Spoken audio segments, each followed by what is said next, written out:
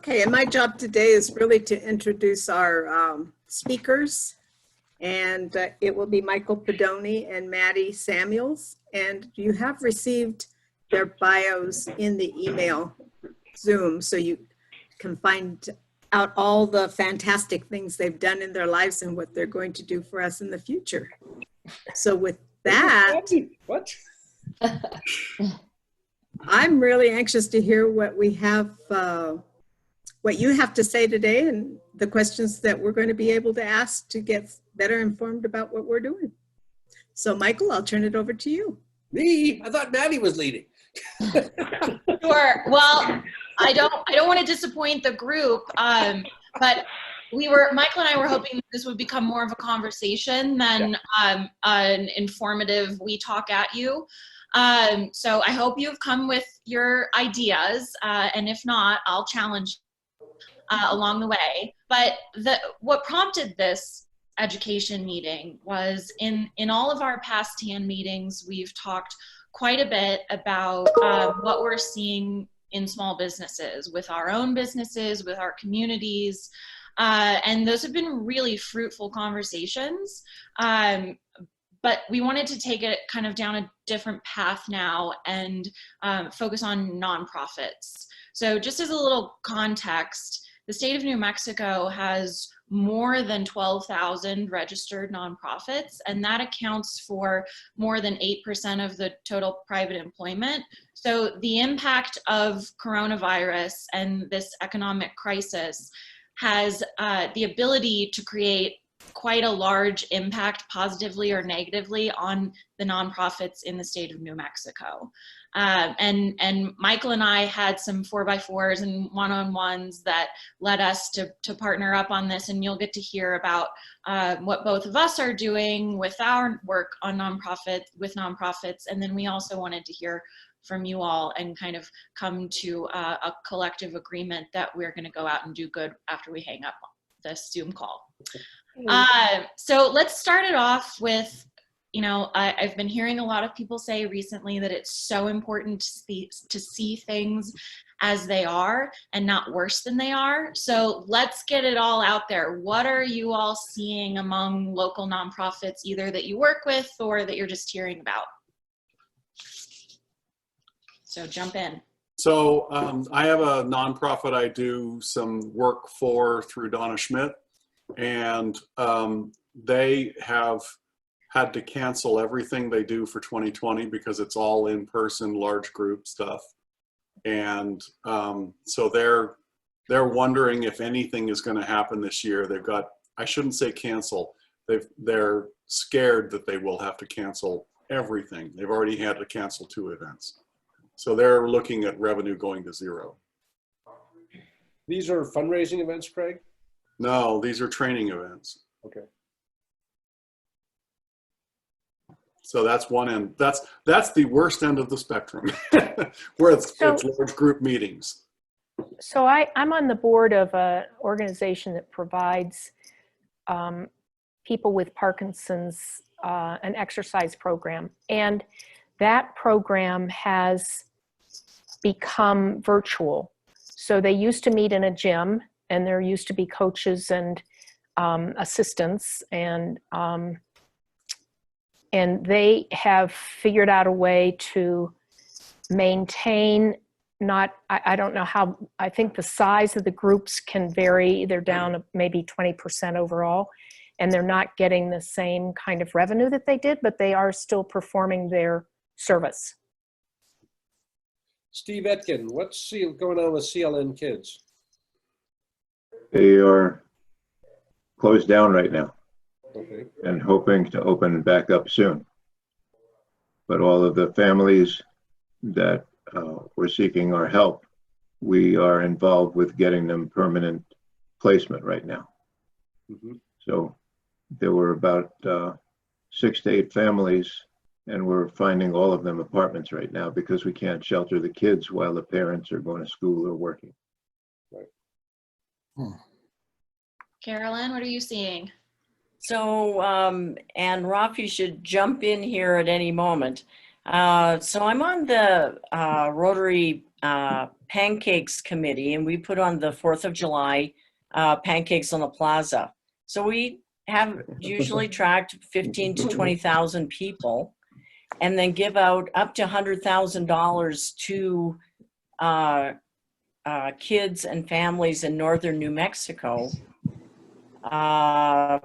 starting the grant process in November. We're not doing pancakes. The money's not going out, so that's $100,000 that won't hit our state. Right. I saw in the Albuquerque Journal this morning all the different organizations that need donations right now. And my question is, you can't give to everybody. So there's seniors, there's people who need food, there's so many different nonprofits. How do we prioritize where we give? Do you have yes, go ahead, Priscilla. Well, I think for me at least, I worry about that, but I also believe that community foundations like the Santa Fe Community Foundation has a way of taking money in and interpreting the need and then distributing it. I know that, for instance, the other day I got an email from New Mexico Community Foundation, and they've now set up a fund specific to Native American populations, but they have others. At the Santa Fe Community Foundation, it's a COVID-19, and then they're deciding where it should go. So it seems to me that they're in a really good position to interpret what's going on in your community. Okay. Yeah, this has been an opportunity where community foundations are really taking the lead because they have the ability to collect the funds and then disperse them in a way that meets the most immediate needs. But for those organizations that aren't at the top of the list for, the food banks, the food pantries, the shelters, those groups that are providing the emergency crisis needs, how are we seeing those groups earning their revenue while kind of remaining relevant? Is anyone seeing some creative revenue streams come up? Maddie, you may have seen this, but Creative Santa Fe, which is about placemaking and artist venues, has this lemonade event going on tomorrow night that actually made Rolling Stone today, where they are, it's a musical event, and they're having beamed in messages and words of encouragement from big name people. And it is designed to allow people to see music on their video screens or whatever, Facebook, YouTube, they've got a lot of different mechanisms. But then they're going to ask people for money to donate, and they're going to be giving that money to local artists who wouldn't be at the top of anybody's list. I'm glad you brought that up. If you don't already have that on your calendar, Friday night at 8 o'clock, Virtual Lemonade. I think it's just virtuallemonade.org, and it'll be streaming on Facebook and everything. So that's kind of, thank you for saying that, Kelly, because that's kind of where I was headed with this. We're seeing this whole new well, maybe not whole new, because Bernie Sanders started the whole crowdsourcing fun way of fundraising. And when I've been talking to the nonprofits that I'm involved with recently, what they're telling me is small donors are coming out of the woodwork. The large donors aren't giving as much. They're kind of holding out as we wait and see what the markets do. But new or small donors giving at the $15 level are keeping these organizations afloat. I'm seeing a lot of this happening on Instagram and social media. There's an animal shelter in California that I follow on Instagram that does something called $5 Fridays, and they link to their Venmo, and you can donate money on $5 on Friday, and the ability of the community to create an impact with those small donations is pretty great. We've mentioned, you all mentioned that the major events are being canceled or postponed. I'm also seeing some really positive things coming out of this, where nonprofits are partnering with other organizations to really maximize their services or their roles in fundraising. This kind of adaptation is great to see and reminds us of the creativity that we possess. And I think Michael can speak to this a little bit about his bold action that he's been taking with his Ghana project. Michael, do you want to kind of update us on that adaptation of the project? Yeah, it's kind of interesting to be in two different roles because I'm working, with the Jumpstart project where we're trying to figure out how to help a bunch of people. In this case, it's more oriented toward the for-profit segment, but I'm going to show a document where very definitely I think the same information, the same process is appropriate for the not-for-profit segment. But at the same time, I'm the head of a not-for-profit, and we were in the middle of fundraising when this all hit, and it just kind of like blew everything out of the water. So to have this understanding of what the psychological trauma that everybody's going through while you're trying to figure everything out. So, I mean, I'm not necessarily sure that these are lessons that are, one can extrapolate. They're just maybe, and give you a sense of what maybe the frame of mind of some of your people that who are heads of not-for-profit are going through, and therefore reaching out and assisting in that particular regard. So as far as Theodore Ghana was concerned, we were in the middle of fundraising in the end of December and January. We were on a really steep path in terms of monies being donated. And we were 50% of our way to our goal to being able to fund ourselves for about a year. And we had we were going to do a long-term training program for our participants with a slow bleed in to try to find work and figure out how to actually get them to be marketable. So when I went there in Ghana in February, everything was fine. We're putting everything in place. We're almost ready to open our doors and training. I get back on the 25th of February, and literally within days of my arriving, the wheels are all falling off. We're getting locked down. Everything's going on. You're like trying to call and ask for money. You might as well say, excuse me, I'm death here, and I'm going to kill. I'm here taking you away. And at the same time, in Ghana, they locked down, so we couldn't do our basic program because the program required us to take people and put them into a training environment. So in our case, this mirrors what Maddie has said about other organizations. So you have a choice of saying, well, we could fold our tent. I can give my money back to the people who offer to us, or we better think of some other way to do things. And with the 3 people that I have in Ghana who are, my partners, so to speak, advisory team, we brainstormed for a couple of hours on a Saturday morning before the Monday shutdown, lockdown, and decided that people see, well, we could do the training and we can do the training virtually, but everybody doesn't have a computer. So we got to get 3 computers to 3 ladies in various parts of Accra before Monday. And we got to show them how to use them and get them going. And we were able to get 2 people that one of my partners knew who managed to pull that all off. But then we had to look and say, well, what's our funding source going to be? And it's like, well, maybe we need to look at this more like bootstrapping, where we will, have to go out and try to sell services earlier. As those of you experience what we did in the Jumpstart thing, it was like, well, maybe that's not such a smart idea. We're not really ready for that level of work yet. We need to go a little bit slower. And so we're still trying to figure that part out in terms of, I don't think we're going to get any more donation money. It's possible, but I'm not highly optimistic. But now we're saying, well, we need people who will do beta test work, where we understand that we've got a lot of potential, we got capability, but we got some big holes and we got to do training. And so we want you to work with us while we're developing particular capabilities. So that's the story. However applicable that is, it's that I think as a head of a not-for-profit, you have got to throw all the rules out and you have to really be very creative. Is it appropriate now to show some of those things that we pulled out of the Jumpstart program? Because I think that's what people have to be doing. And I think, so is it okay if I share screens, Diana? I got that capability, right? Okay, I'm gonna do that.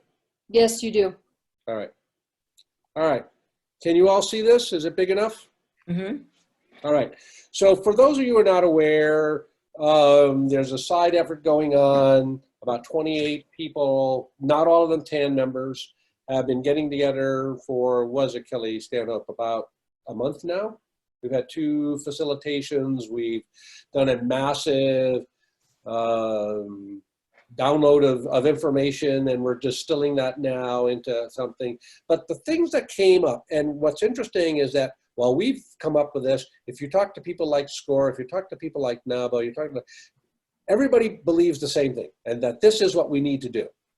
So it's not just us, it's everybody feels that in a world where things are not going to be the same. This is, I think, the underlying feeling that our group has, that these other groups that we're looking to cooperate, is that don't think things are going to go back to the way they were, because they're just not. We don't know what they're going to be, but they're not going to be the same. So it starts off with that you've got to do a triage program. You've got to sit down and say, okay, how much money do I have? What's our mission? What can we pull off? How do we get through the next 3, 4, or 5 months, etc.? What do we do first? What resources do we have? And by the way, these are not in this order. This is not in any way sequential. This is something that has to be sort of done simultaneously, because like I would go down here to this one, and I would say, if your owner, if you're, in this case, it's not owners that are not-for-profit, if your leader is like freaked out, there is no way they're going to survive. They're not going to make it. You know, and if you can go to, you know, again, you, because you're on their board, or you know them, or you know people like, you know, Kelly, or, you know, Anne, you know, or, you know, Shauna, or any of these people who deal with psychological health of leadership, that might be the first thing you need to do in triage in terms of getting people going. Then depending on what we see, you know, cash management really comes down, you know, and is critical. How are we going to do it? Where are we going to go? Maddie, I was just so encouraged by what you were telling us about people being, you know, very creative in terms of raising money and making that shift fast. That I don't know, gives me a lot of hope that, you know, people are on the right track. But I wonder how many of our not-for-profits even understand what their cash flow is. You know, even though I remember talking to Tammy McCarty, who's worked with a lot of not-for-profits, who kind of rolled her eyes about, you know, people's understanding of their expenses and, you know, their income and this type of thing.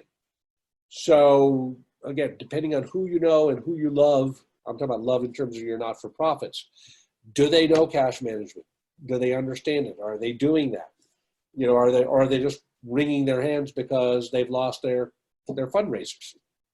Well, Michael, let me interject here. And as a realist, we have to recognize that not all of these 12,000 nonprofits that exist in the state of New Mexico will continue to exist. The infrastructure just isn't there for all of them to come out of the other side of this economic crisis. So Diana, back to your question about who should we be giving money to, if these nonprofits aren't solvent and don't appear to have a plan for their going forward, then just throwing money at it isn't gonna solve the problem. As much of a bleeding heart as I have, you know, in business, cash is king, Michael, back to your point. And those who are running dry are going to have to come to the hard realization that perhaps they don't exist, or on the positive side, perhaps they partner with another nonprofit and go that route to merge. I'd like to riff on that, Maddie, because that's a great point. In the Jumpstart group, Jim Bird was very, you know, adamant when talking about the triage component, that understanding whether you can make it or not early on is really important. You know, don't throw good money after bad. Don't keep digging the hole deeper. And maybe merging is the right road, for a number of organizations to pull it together. But yeah, I agree. There's going to be some hard decisions that people are going to have to make. Whether we like it or not, this is a economic mass extinction event. May I interject a couple of things? One question is, I'm sure that a lot of the nonprofits, many of them count on grants, and I'm pretty sure that those have dried up. The other thing is, I know that by running an organization in the past, that there's a lot of, in a sense, turf wars. If organizations can come together for one main purpose and put their resources together, they could probably do more. But there's always this objection of, it's my organization. I don't want to partner with somebody else because I will lose my identity, that sort of thing. I wonder if that has come across with this different situation. I'm sure it has, but we're not going to go back to normal. And those of us who can't recognize that our old way of thinking isn't going to fly anymore aren't going to make it out on the other side. And that's what I mean by, this adaptation equals survival. And if we don't take bold action now, when? So Diana, you make a good point. But that way of thinking isn't going to get us out of it. On the grant level, though, you're correct in that some grants are put on pause. The thing that happened almost immediately was grants that had already been positioned for this year were released early. So, for example, the Thornburg Foundation had $250,000 in grants that they released within the first week of this, that were set to occur over the next 6 months. So are you having, Maddie, have you heard executive directors of nonprofits or people who are making this decision?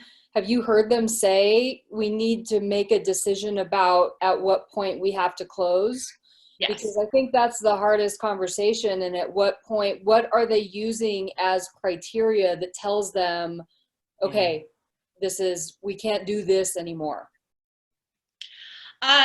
We're in the kind of wait and see mode from what I've been hearing.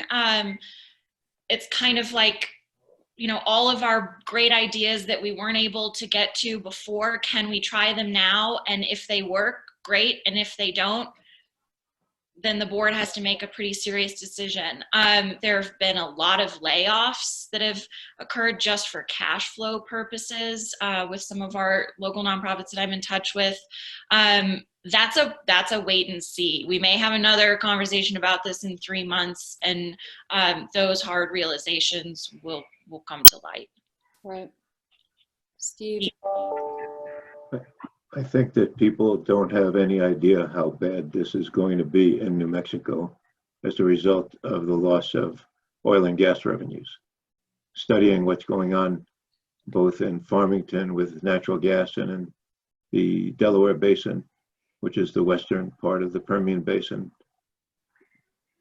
We've got oil price today is at 20. Will they pay me? $23, and you're not the lowest price operator in the Permian is at 30, and most operators are at 40 to break even. So Sure. I think that the organizations that depend upon state revenues, which to a large extent in New Mexico depend upon royalties and lease income from the oil and gas industry, they don't have a clue as to what's going to be happening. Unless we have a rebound in oil prices and a rebound in Lee and Eddy counties that I don't see happening anytime soon, we're going to see a drop in state revenues it's going to be like the Depression, not like a recession. And that argues toward this need for planning.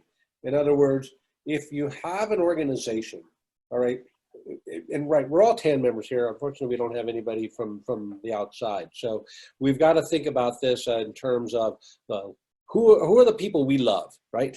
That's what this is about. Who are the organizations that we're passionate about, that we love, just like Steve, you are with Seal on Kids, my own organization, you know, the ones, you know, Paul, that you were just talking about. Who are these organizations that we love, and how much are they at risk because of something like what just Steve said, right? There's got to be an anticipation, not a reaction. It can't be like, oh my goodness, we're going to go, and then suddenly you find a year from now there is no, you know, funding because of the lack of oil rigs. When we could have foreseen that now, when we can foresee it now, and now is the time to say, well, how do we restructure? How do we rebuild our funding? What do we do now while we have time? Well, nobody really knows. Nobody knows what's going to happen with oil price. The oil price has gone up, you know, 35–40% in the last couple of weeks, after having gone down 67% from January.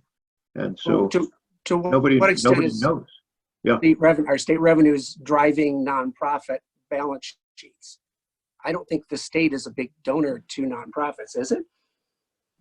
It's not. It's not a donor, but it does fund, it does have contracts with a lot of nonprofit organizations to deliver certain kinds of services. And I'm guessing CLN Kids is one of those that would qualify for the kinds of contracts that the state typically puts out there. So it is a big factor. About 25% of our funding. Yeah.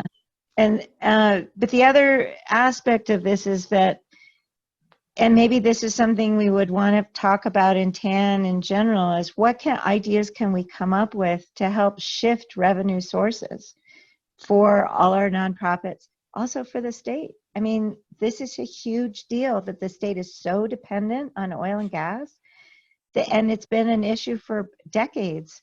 And we have good years and bad years, and that's crazy. We need to be looking towards a better, more stable revenue stream in general in our state. Well, and I think we have to get into that solution possibility state of mind. As much as I appreciate and know that it's important to know the flip side of all of this and how bad it could potentially be, it's not helpful right now, frankly. It doesn't help us get into a place of saying, how creative can we get? What do we need to do to make this better? How can we be innovative? Yes, there are going to be nonprofits that don't make it on the other side of this. There's going to be a lot of restaurants that don't make it on the other side of this. There's going to be a lot of businesses that don't make it, and some of them probably shouldn't. This is going to be a real test of who has their shit together and what they've done to make themselves more solvent, more stable, more all of that. But I think the possibility kind of thinking is what we're all needing to get our brains into right now. So in terms of the things that you're seeing, Maddie, whether it be the virtual lemonade or, you know, I think some of it is really having your finger on the pulse of what is catching people's imagination, what is catching people's willingness to participate. You know, whether that be bringing in big music that people want to do, or having art auctions in different ways that people can see different things. What can be virtual? I mean, we're learning now that pretty much anything can be virtual at this point. I mean, it has to be if people are going to continue. So some of it is what is proving to be worth trying or worth doing a version of. So it'll be interesting to hear how this virtual lemonade goes. So I now that you've segued into more of the positive, thank you, Kelly.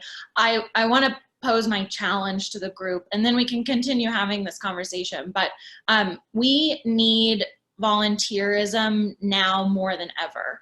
Donations are great, but we are in this truly unique opportunity, this call to action mode, where we can quickly ramp up as a community, step up and volunteer. There's a worldwide collective interest in doing good and being good. So how can we help?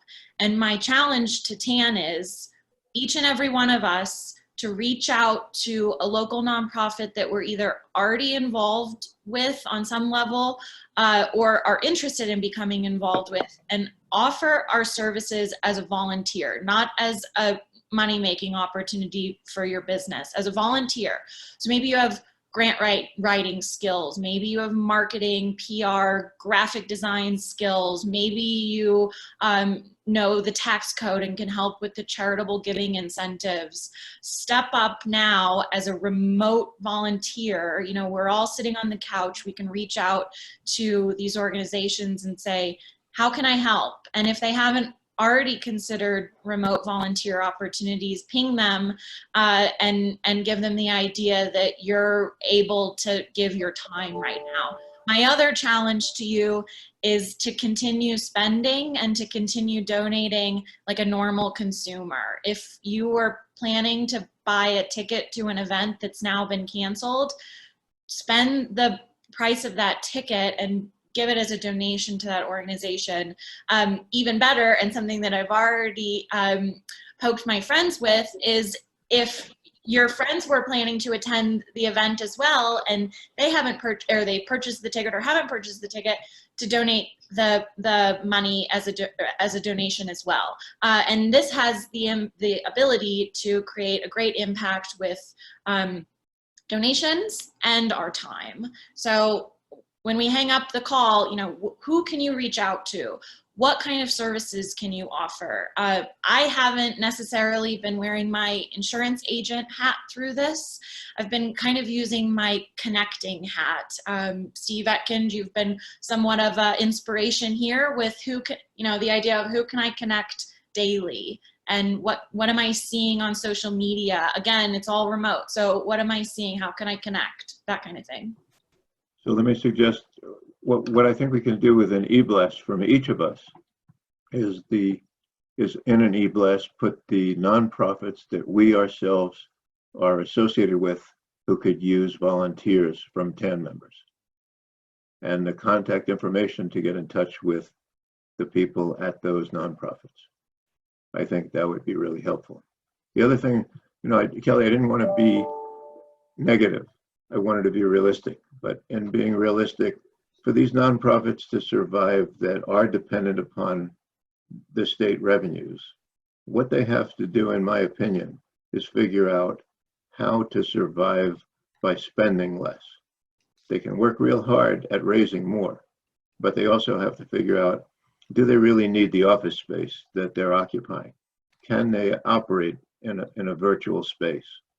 Can they figure out how to cut the costs of delivering the services that they're delivering? Because I think in all likelihood, with the number of people who are out of work and unable to donate, and the amount of cutback in services that can be provided by the budget, that the reality is that if they want to survive, they got to figure out how to raise more money and how to spend less. Yeah, I agree. And I think I think, again, the challenge is recognizing all the whole continuum of how this is going to affect us. So I understand what you're trying to communicate. I just think that, and I think you're right. I don't think people have a full picture of how bad this could and will get. But I mean, that's part of what the Jumpstart thing is doing, is how are we thinking about business differently? How do we help people do that? You know, Michael, you're on mute. yeah, sorry. To build on what you've said, Kelly, and what you've said, Maddie, you know, one of the worst parts of this whole thing is what our media and government have done to the narrative in our minds. Okay, where is this nonstop message of fear, unknown, you know, we can't possibly make any decisions because it's all unknown, and fear, and you're all going to die, and we're never going to get out of here. So when I mentioned that in Jumpstart, we've noticed that, hey, SCORE has the same information. These other people, I've realized that for Jumpstart, it's not about the information. It's going to be about the narrative. It's about giving a message that, no, you can take control of things. You can do things. There's going to be survivors. There's going to be people there's going to be opportunity that's going to come out of this. And the same thing is true for our not-for-profit sector. It's got to be changing the narrative, changing the words going on in the head, changing it may look bad, whatever, but well, let's roll up our sleeves. Let's look at what we have. Let's plan. Let's talk. Let's cut it. All the good ideas that we've had, all right, but get into it with a positive frame of mind. And that's not easy. I mean, I honestly, I feel like every day is schizophrenic for me, because it's like, I'll do a bunch of work and I feel positive, and then God forbid I see the television or something, the news, and it goes on, and then I think about my not traveling. When am I going to travel again? And then I get really depressed. So, but we've got to do it. We are leaders. We're the leaders of our community. We're people who talk to all kinds of business owners, all kinds of not-for-profit people. We have an audience. We have their ear.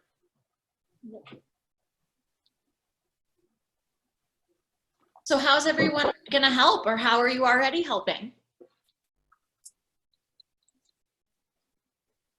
I think we have to figure out our highest and best use in working with a nonprofit. I figured out a long time ago, I've been serving on at least 3 nonprofit boards a year for 49 years. And I figured out a long time ago that my highest and best use in helping nonprofits is to build the boards of directors of the nonprofits. And so we each need to figure out, what is our highest and best use in working with a nonprofit? What can we really do to make the nonprofit success? I keep starting new ones. I don't know. I think it's become a disease. I keep going back to the old ones. Yes. So I have a question. TAN is a nonprofit, and we haven't talked about TAN yet in our projections and how things look there. I know I'm on the membership committee, and that is one of my volunteer things. And we are taking a hard look at how TAN's, the survey that came out this week, how the benefit of TAN is serving our members, and how do we need to shift that? And that was the purpose of the survey that we sent out as the membership committee. So if everybody hasn't yet filled that in and sent it back, we would really appreciate your input. But also from a financial perspective, we have Ann and Jonathan and Kelly on the call. Are we looking okay that way? Good. You mean in terms of our revenue, or in terms of how we're doing financially? Sure. Like, we're not in that bad boat, right? No. I mean, Jonathan, I think, can answer that more in terms of having a real look at the budget. But the fact is that we're still actually getting some new members, and we're not feeding anybody. So great. Yeah, that was the biggest thing. Is there's no cost associated with meeting in person, so we're saving all that, and we're really not burning a lot of cash elsewhere. So we're pretty solid. Great. Yeah, I'd like to go back just a tiny bit to the concept of cutting expenses, and I think that fits with what Jonathan was just saying, that we can also, when we're working with our nonprofits, we can talk about, because nonprofits usually are very, they're frequently already think they have everything to the bone, is my experience. But they're very oriented towards revenue generation, fundraising, grant applications, etc. That's typically the mindset.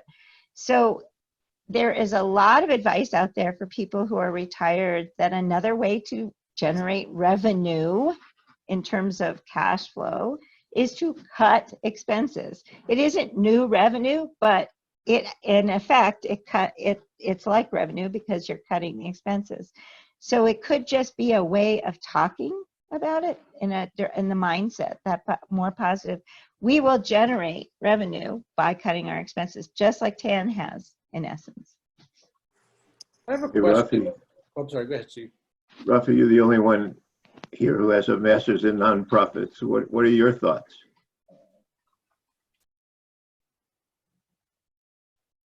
Yep, you have to unmute. Steve, I also Sorry, have a master's. yep, I was on mute.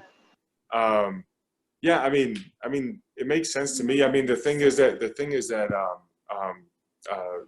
you know, I guess there's a lot of running parts here, I think, in terms of what we're talking about. So what I'm trying to do is kind of pull out a couple of the broad things. But I mean, I do think it depends on the kind of nonprofit we're talking about. So for example, with Rotary, you know, that's a different beast. You know, like on another nonprofit I'm on with Adaptive Sports Program, we got PPP funding because the staff is the program. You know what I mean? So the staff matters, and PPP is for obviously a lot of payroll, and the payroll then goes to the programming. But for Rotary, like something like Pancakes, it's a totally different beast to tackle because it's not something that is, you know, based on staff. Does that make sense?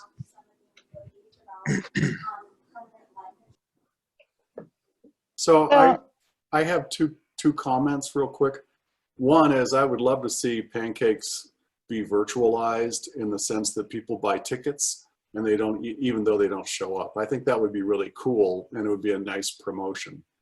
But the second piece, and as a matter of fact, you know what, they could partner with restaurants and have these be gift certificates to restaurants that they're buying.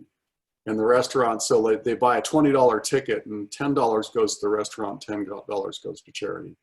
But coming back around TAN, I read an article today and it was talking about the differential impact that this is going to have.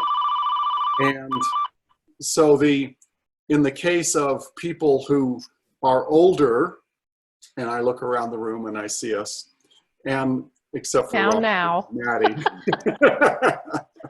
But those folks already have established networks. We already have spent time establishing our network, and we know a lot of people, and we've built things on purpose, right? We've gone after this TAN thing on purpose. The folks who are younger don't have that. And if there was something that TAN could do to reach out and say, we're a network. We're not networking, we're a network. And if you're young, new, etc., this is a way for you to build your network in a time when you normally can't go out and network. That's just how do we get the nonprofits to contact us for our help as a group to help them? Because we write them a letter and mail it out. It would be great.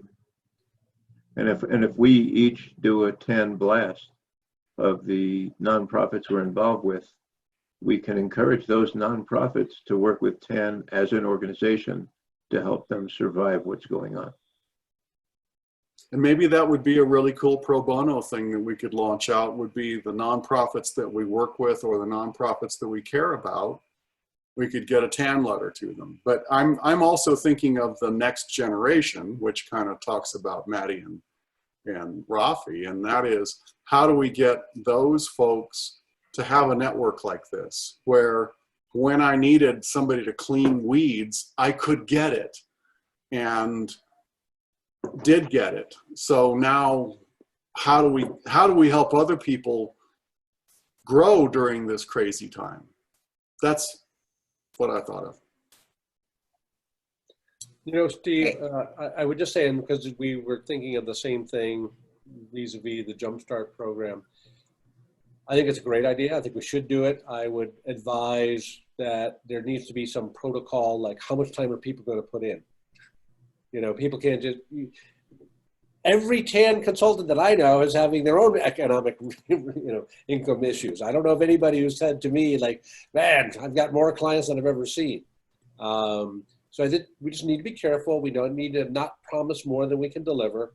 You know, do we need to have teams that have certain groups of talents together? So, hey, if somebody comes in, we're given, 2 or 3 things that, we'll give them an hour or whatever. Maybe even think of through how do we do it more quickly and efficiently. I just think if we're going to do it, we need to do it in a way to make sure we still look good, that we fulfill what we're going to do, and we don't overextend ourselves. I Michael? think also if a letter is going to go out, maybe it should be written, presented to the board so that we're all compliant and saying the same message across all organizations instead of each of us writing our own letter and we're tattered. Michael, I'm wondering why Jumpstart is not the same place. Why, if we're all going to be doing things for Jumpstart, can't Jumpstart be both for profit and not for profit? I mean, why two initiatives? don't know. Let me speak to that a little bit. So Craig and John Rice and I spoke yesterday about how Jumpstart is looking at this, and part of the discussion became, why are we not using places like the incubator or other kinds of organizations like that to get some state money that would pay for a professional to help a business who can't pay for that? So it's kind of the same idea already, like you're saying, Priscilla. It is about how are we using some of the funding. Again, we're kind of going back to the state, which I know we have to kind of move away from. And there might be other organizations that would be willing to support an initiative that way, where businesses who can't necessarily pay for those services still have access to them to get their heads on straight, to start thinking about different ways that they're going to pivot right now. So I do think that that shouldn't be another kind of initiative. I think that TAN people, if you individually want to reach out to a nonprofit and help, then do it. I mean, that's all there is to it. There's no need to be receiving any kind of push from anybody or any group to go do that. If you want to go do it, go do it. I've been reaching out to people in general saying, I don't need any money, but how can I help you think about what you're doing? Can I be of any help to you right now in any way? So if that's something you're inclined to do, then I think people should just do it. Michael, you had something? Yeah, well, I think what Steve was indicating was that this, and Craig Dill as well, that this was an opportunity for us to, again, show what Give to Get really means, to help, not just to do good, but also to promote ourselves and promote the brand. But to get to what you said, Priscilla, there's actually nothing in any of the content that's coming out, or the words, at least, that I've been working on and working with, that Kelly Kepke and et cetera, that is for-profit specific. It's all generic. It's about business. I mean, so it's true. I think we are all thinking about the for-profit community, but that doesn't mean that it can't be. Right. I'm not sure maybe Kelly, when we get into the start this next phase of distillation of content, we can make sure that there's something that I'm talking to you, Kelly Kepke, not Kelly Stanhope, that we can make sure that it's inclusive. It's not exclusive as far as, what type of business. Well, when we offer our services as a group to a nonprofit, every nonprofit has a board of directors. Most of the people on the board of directors own businesses. So if the people on the boards of the nonprofits that we offer services to as a group see who we are, what we're doing, all of the members on the board of directors who own businesses themselves are going to find out who we are, what we do, and they will need our services. It just works perfectly that way. So just because Maddie offers her services to a nonprofit doesn't mean that the people on that board who own businesses aren't going to want a competitive insurance quote once they get to meet her and see what she's doing. So I think that that's a great way to make connections, by doing good for these organizations.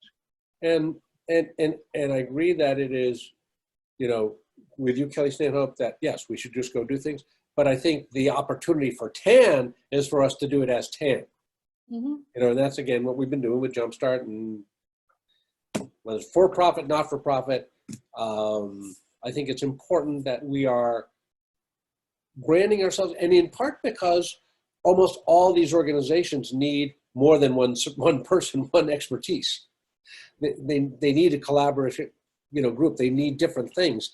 And that's what we do par excellence, is we have that ability to take, different people and bring them together as a team to resolve a business's issue.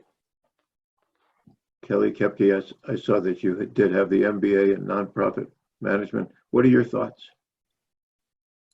Kelly had to leave. No, I'm here. I'm still here. Oh, okay. I've got 4 more minutes before I have to leave. My thoughts really aren't any different. Nonprofits are businesses first and foremost. They have to pay their bills. They have to pay their staff. They have to pay their light bill and their telephone bill. So but they are able to take volunteers to get that work done and provide people with a tax incentive. The tax incentive isn't very much these days because of the 2017 tax changes. So, but I was encouraged to see in the chat that someone said that the COVID tax incentives included actually the ability to donate time and take that off your taxes now. So I'm interested in knowing how that works. That would be a real selling point for nonprofits, because if you can't take off the money that you've donated, because you're never going to reach beyond the standard deduction, then being able to donate your time and take it off either your business taxes or your personal taxes is a real boon. I wasn't aware of that. Where did you see that? Someone put it in the chat. Okay, great. Who was that? Maddie put it in the chat. Maddie, do you know more about that? No, there's a one-time deduction as part of your 2020 taxes that's been included in the stimulus bill. And, the CARES Act is thousands of pages or something. So I would encourage our tax person in the group to look into that and perhaps reach out to nonprofits of how they can maximize from a donation and a time level from the community. Great idea. Yeah. Well, the You Meals on Wheels. might take a minute and look at the text or the chat that I just put up there. It just came through on my phone. Mm-hmm. It's an important thing for for-profits and not-profits that have gotten PPP funds. Really important. The article in the Albuquerque Journal this morning about the Meals on Wheels, where the staff is having to take on more of the responsibility because they can't use volunteers because of the distancing, social distancing. So personally volunteering may be a little bit of a challenge also. One of the things that the for-profit community, particularly larger corporations going back to the financial crisis of 1980, started to learn. Smaller business, not so much, not-for-profits and government, hardly at all, was how do we learn to do things more effectively, more efficiently, better? How do we deliver the same amount of service with the less, less costs, et cetera? I really think some sort of dialogue, again, if we're going to if we're going to donate time to these organizations, and we want to change the narrative, as Kelly, Stanhope said, we want to be, and Maddie, we want to be hopeful. We want to be thinking about, let's get out of the box. Let's think about what else we could do. Maybe that, they may be doing that at Meals on Wheels, or they may be working so fast they can't even stop to think. But I think it's important for us to help people reinvent themselves. When I was doing crisis management in 2009 and 10, we had construction companies and related companies whose revenues had dropped 70%. And you could not cut expenses and survive. There was no way. You had to reinvent the company. You had to go with a clean sheet of paper and say, okay, if we're going to deliver a service at $3 million instead of $10 million in revenue, how do we staff ourselves? How do we plan our overhead? How do we do that? And I think this may be the same kind of exercise that some of our not-for-profits, if we get the opportunity to get in front of them, is to say, okay, if this is the new reality, how do we do it? How do we deliver what we want to deliver, right? Not-for-profits, but delivering things and making good things happen. So how are we going to make good things happen? But here's kind of the limitations and the rules. Yeah. If you want to dig into this deeper, there's an artist that I've worked with in the past and have followed her story on Instagram to keep up with her, but she mentions something just like what you're talking about, Michael, and she says we have to think beyond reconstructing and into reimagining. We're not going to go back to normal, our version of normal before this. So now's our opportunity to really reimagine what we want our world and our community and the businesses and nonprofit organizations that we support, what we want them to look like. And let me give you an example of this. You know, so I was telling you about the story with our ladies in Ghana. So one of the things we were concerned about was social behavior, right? Because the ladies we're dealing with, you know, who had been in sex trade, you know, they work maybe, I don't know, 5 times a month. And the rest of the time you're sitting around, et cetera. Because we were put into this mode where we were like in this crisis mode and we had to get everything going, and part of it because of the work we did with Jumpstart and everything else, their behavior pattern has been exemplary. It's been crazy. The thing we were most worried about has not happened, or, you know, the circumstances. And so it caused us to rethink, reinvent, well, what can we do? We've got these people who are intensely motivated learners, whatever. It was the last thing we expected. You know, we expected it was going to take months and months to get people's behavior going. So out of the crisis comes opportunity.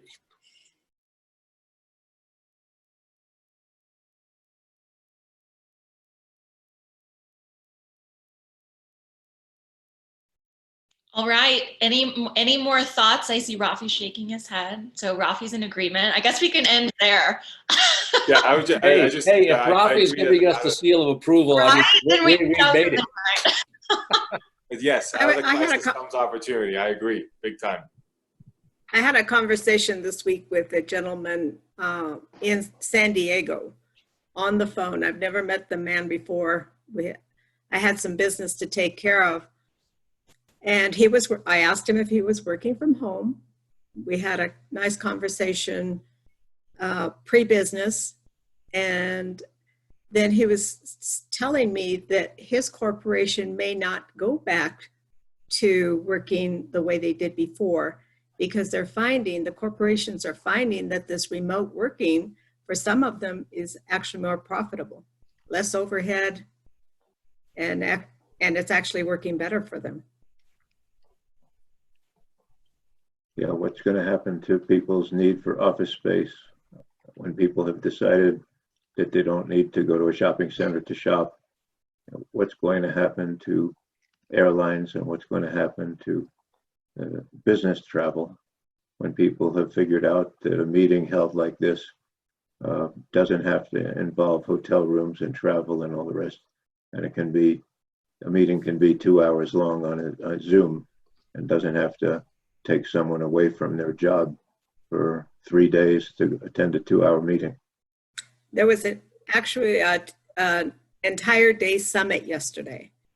And of course, you can't take the whole day to watch the summit, but what they do then is offer you either to buy the audio or to buy the whole conference.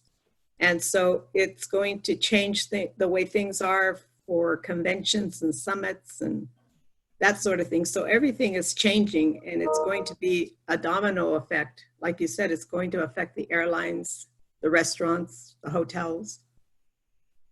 Well, Steve, I'm hoping the airlines are going to recognize that there are certain crazy people who are going to travel no matter what, and they're going to be offering us great deals because we're going to be the early adopters to get back on those planes.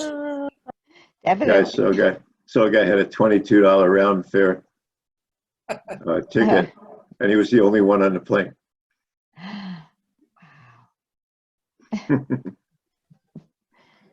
That must have felt weird. I can't imagine. Right. What's the next step?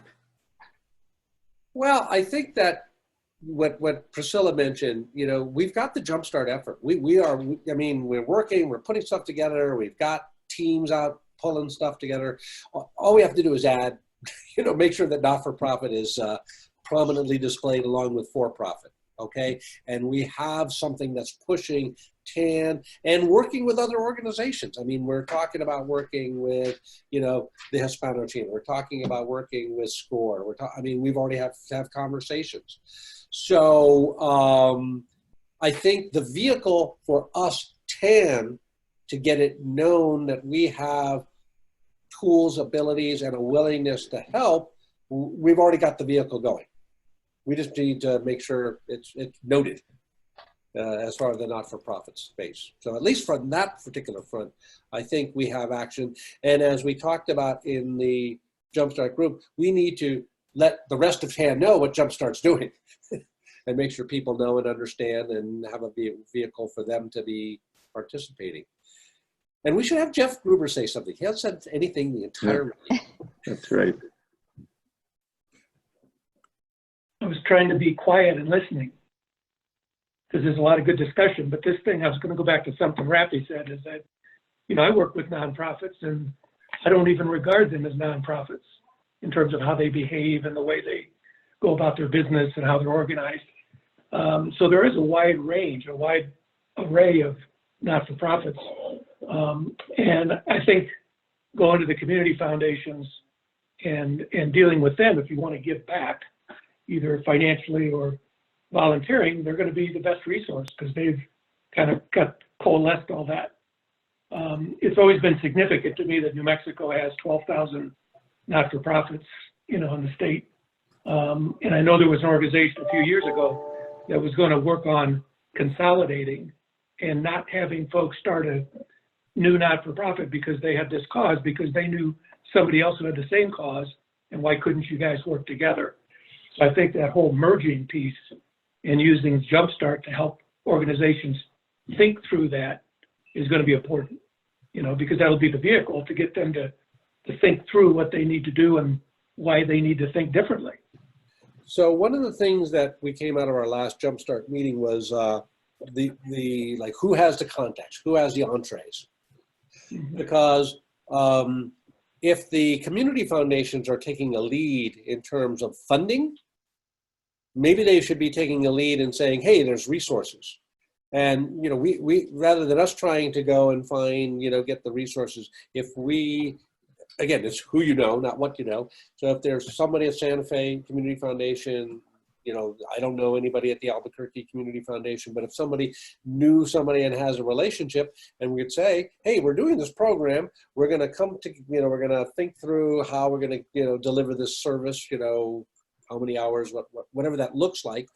And if you want to let your people know and promote it, you know, we're here. We want to give that to your members. I think that would be a way of moving it faster. So there's a, at least at the Santa Fe Community Foundation, they have a list of consultants. And I think we have to be respectful that there are people that make their living by working with nonprofits. That doesn't mean we... One of my issues with SCORE, you know, it's like, you know, we have these people who are giving away stuff and you're trying to make a living doing it. So we just have to be cognizant of that. But it also, I agree, it's a great place to start. And some of the nonprofits that we might be able to help the most are the ones that perhaps can't afford those consultants. Right. So and it's also depends who those consultants are and what they do. And are they the Sure. same kind of skills that we're offering in this particular case? Right. So yes. It's always good, Priscilla, for you to be the voice of reason for my usual wild schemes. And I don't want to lose what Maddie said at the beginning, which was, you know, we all have to raise our hand, you know, and go out and do something. Yeah, and it doesn't have to be, you know, what you do for a living. It does it for me. Right. It doesn't have to be insurance, and it doesn't have to be something that I'll make money doing. That's not what volunteering is. It doesn't have to be TAN sanctioned. Just say you're available, and my God, these organizations will scoop you up. Is there a list of those 12,000 or 12, is it 12,000 or 1,200? 12,000. Giving USA has a list of active nonprofits. Now, of course, remember that just because they're registered as a nonprofit doesn't mean that, you know, they may have one person and they collect cat hair or something. So now. well, collecting cat hair is a noble cause. But Diane, if you look at the recipients of the grants from the Santa Fe or Albuquerque community foundations, those will highlight kind of the organizations with the most need right now, if that's what you're looking for. Okay. And if there is a nonprofit out there that you know that needs a Spanish-speaking person, let me know. All of them? Yeah, really. Not 12,000.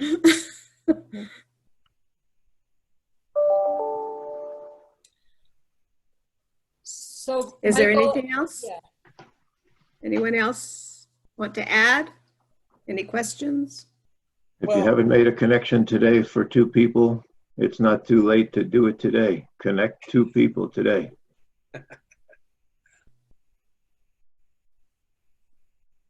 Have a great Anything day, else, everyone. Everyone, thank you very much for kind of shifting gears here and talking nonprofits. Hopefully this is relevant both for business and personal. Thank you, Maddie and Michael. The information that we gained today for me, especially since I haven't been here for a long time and made those connections.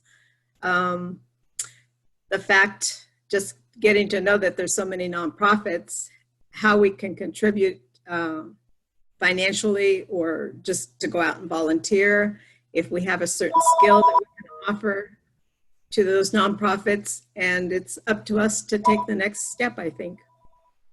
So thank you very much for being our host today for the TAN education program. I'll turn it back over to Kelly.